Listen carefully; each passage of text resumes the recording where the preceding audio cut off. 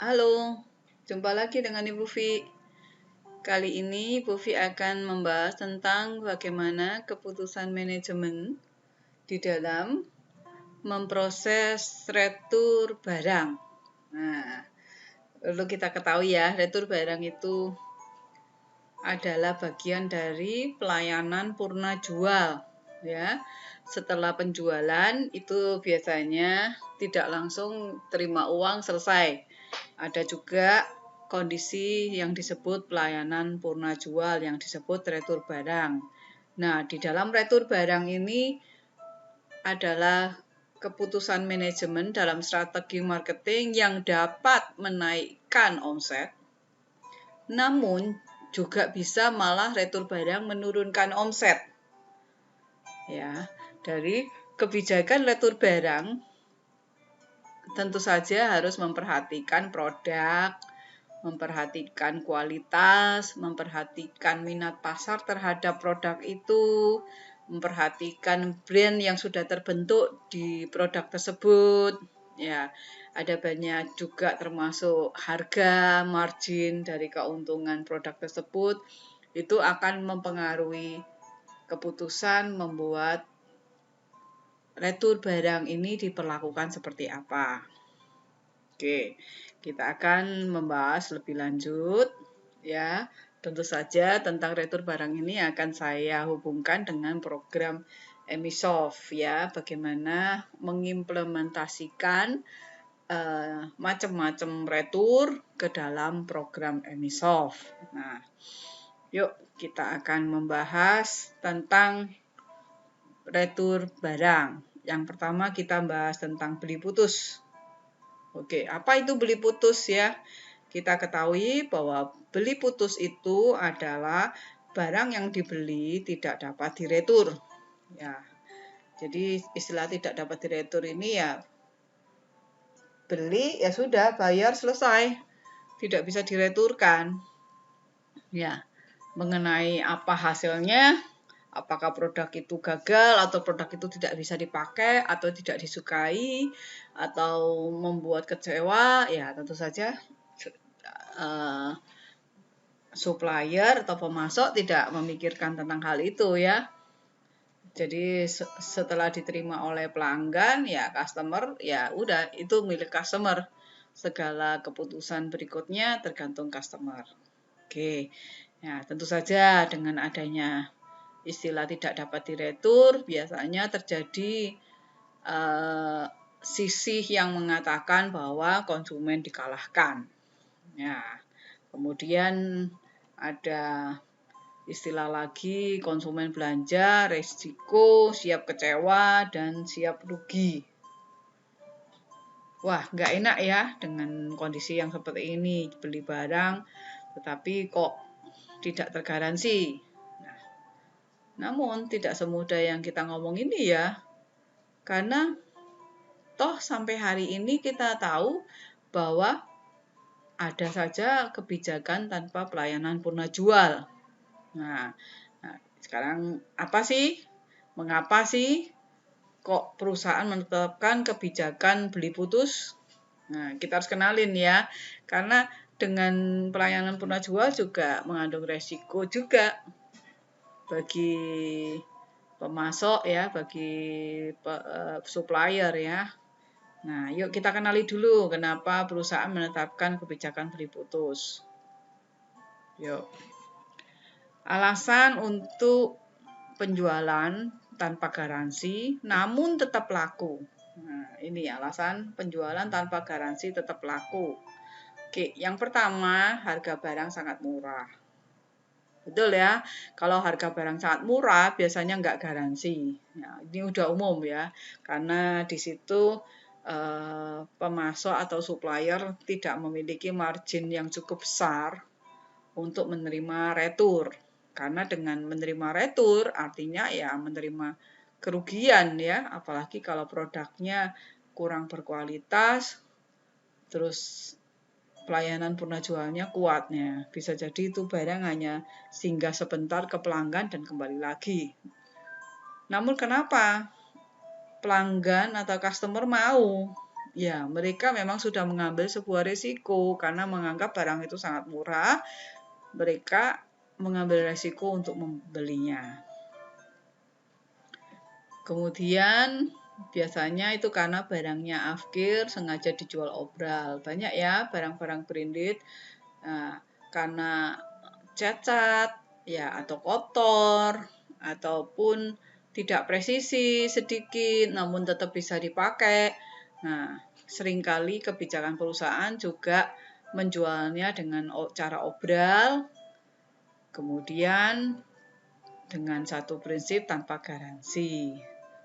Dan masih laku. Kenapa? Ya, karena biasanya produk-produk yang sangat laku keras, walaupun ada cacatnya sedikit, itu biasanya barang-barang yang memiliki brand, ya, barang branded.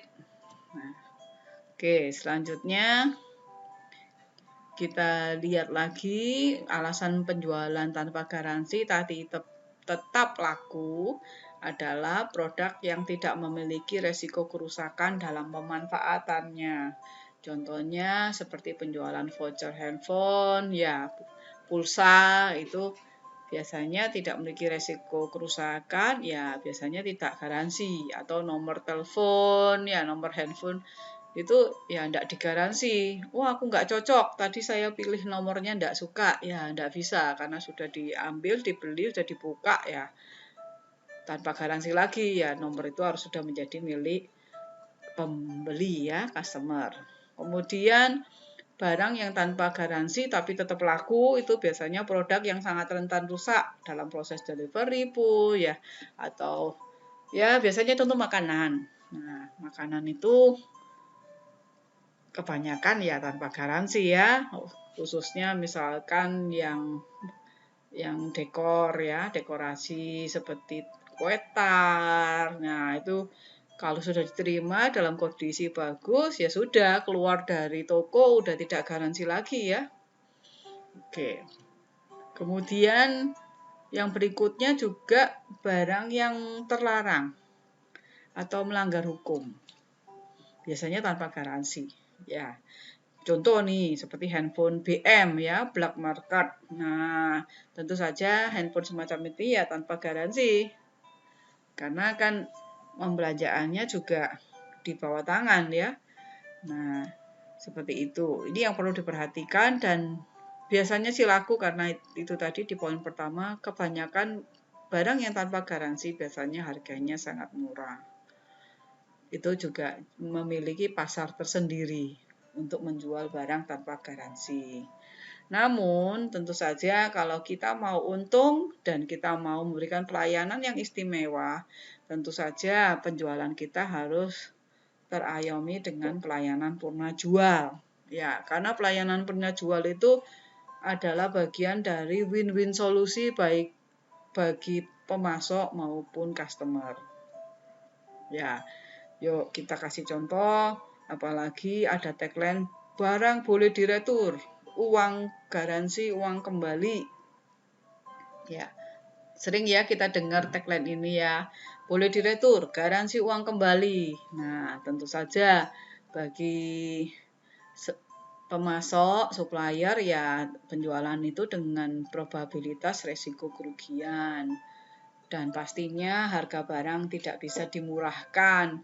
Biasanya ya supplier memperhitungkan untuk budget keuntungan ya. Biasanya juga mempromosikan dengan tagline ada kualitas, ada harga karena memerlukan proses quality control yang lebih detail dan teliti.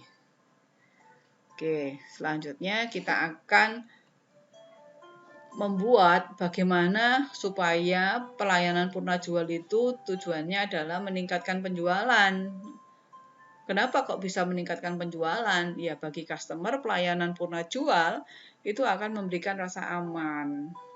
Ya, tentu saja kalau customer merasa aman pada saat ingin membeli barang, dia tidak terlalu banyak memikirkan cocok atau tidak cocok, resiko rugi atau tidak rugi, menyesal atau tidak menyesal pada saat belanja karena adanya statement garansi uang kembali, ya tentu saja akan mempercepat keputusan belanja bagi customer, terjadilah closing penjualan. Oke. Nah, lebih banyak menguntungkan ya kalau kita memberikan pelayanan atau perusahaan memiliki kebijakan mengadakan pelayanan purna jual. Nah, di dalam pelayanan purna jual kita tentu harus cukup jeli, teliti, dan administratif karena pelayanan purna jual itu selain kita akan bertemu dengan barang-barang rusak, kita juga bertemu dengan komplain, kita juga bertemu dengan pemantauan bagaimana supaya lebih administratif. Yuk kita kenalin dulu. 4 macam perlakuan retur. Jadi dalam retur itu ada 4 macam perlakuan yang perlu diketahui. Ya, ini umum, namun tidak semua orang memahami dengan terpisah jelas tentang cara memperlakukan retur. Nah, yuk kita kenali ya. Retur itu kita urutkan dalam tingkatan kerugian bagi supplier, ya, dari yang resiko terkecil sampai resiko terbesar bagi supplier. Tentu saja yang paling diinginkan pelanggan atau customer tentu yang terakhir. Ya, tentu saja yang paling tidak diinginkan ya tidak ada pelayanan purna jual. Namun ini kan kita bicara tentang pelayanan purna jual. Nah, minimal pelayanan purna jual itu harus ada servis. Nah, ini akan meningkatkan kemauan pelanggan untuk belanja. Customer akan lebih merasa aman dengan adanya garansi servis. Ya, dengan garansi servis pelanggan akan berpikir tidak lebih panjang untuk membeli barang dan lebih banyak fokus pada apakah menginginkan produk tersebut. Selanjutnya di dalam servis ini bisa terjadi tidak berhasil diservis, jadi terpaksa harus diganti baru. Nah, biasanya pelayanan purna jual pula garansi ganti baru biasanya ada berlaku misalkan seperti handphone berlaku hanya 3 hari atau bahkan bisa 3 bulan, ya tergantung pemasok di dalam menentukan strategi marketingnya ya. Kemudian bisa jadi juga karena barangnya tidak terus continue namun inovasi menjadi produk-produk yang lebih baru lagi. Nah, biasanya yang ketiga jenisnya adalah diganti barang lain. Nah, ini 3 hal ini administrasinya berbeda semua ya. Ada sedikit perbedaan bagaimana membukukan dengan cara yang lebih simpel, baik, dan terkontrol. Nah, dari ganti barang lain, ada lagi. Ini bisa yang namanya tadi yang pertama, yang terakhir adalah apa? Ganti uang ya, ganti uang kembali. Nah, biasanya kalau pembelanjaannya piutang bisa dipotongkan dengan nota. Nah, ini adalah tingkatan returan yang dari yang paling tidak beresiko hingga paling beresiko adalah ya potong nota, artinya ya tidak terjadi closing penjualan ya, pembatalan. Nah, tentu saja ini yang kita tidak diinginkan. Namun inilah salah satu strategi marketing dalam meningkatkan penjualan. Yuk kita bicara tentang alur dari retur apabila diservis. Oke, kita bahas. Nah, biasanya kan barang punya masalah fungsi. Nah, ya, alur servis itu biasanya ada komplain. Kemudian, setelah diserahkan kepada supplier akan diperbaiki. Nah, biasanya setelah diperbaiki menimbulkan jasa servis dan spare part. Ya, namun jasa servis dan spare part bisa saja tidak terjadi ya. Bisa jadi jasa servisnya gratis karena menjadi bagian dari pelayanan. Kemudian baru setelah fungsi normal ya barang dikembalikan. Oke, kita lihat ya step by stepnya alurnya retur. Oke, yang pertama kita membahas pelanggan retur barang. Nah, barangnya diservis nih. Tentu saja yang harus dilakukan adalah proseslah retur penjualan dengan memberikan keterangan servis ya. Oke, pada program lakukanlah proses retur penjualan. Kemudian berikan pada pelanggan saat menerima barangnya yang diretur, pelanggan tersebut diberikan bukti nota retur penjualannya sebagai bukti penerimaan barang. Dan ingat, tentu saja lokasi returnya ini langsung lokasikan ke gudang servis. Ya. Langkah selanjutnya, produk tersebut tentu saja kan harus diserahkan ke supplier karena perusahaan berfungsi sebagai perantara.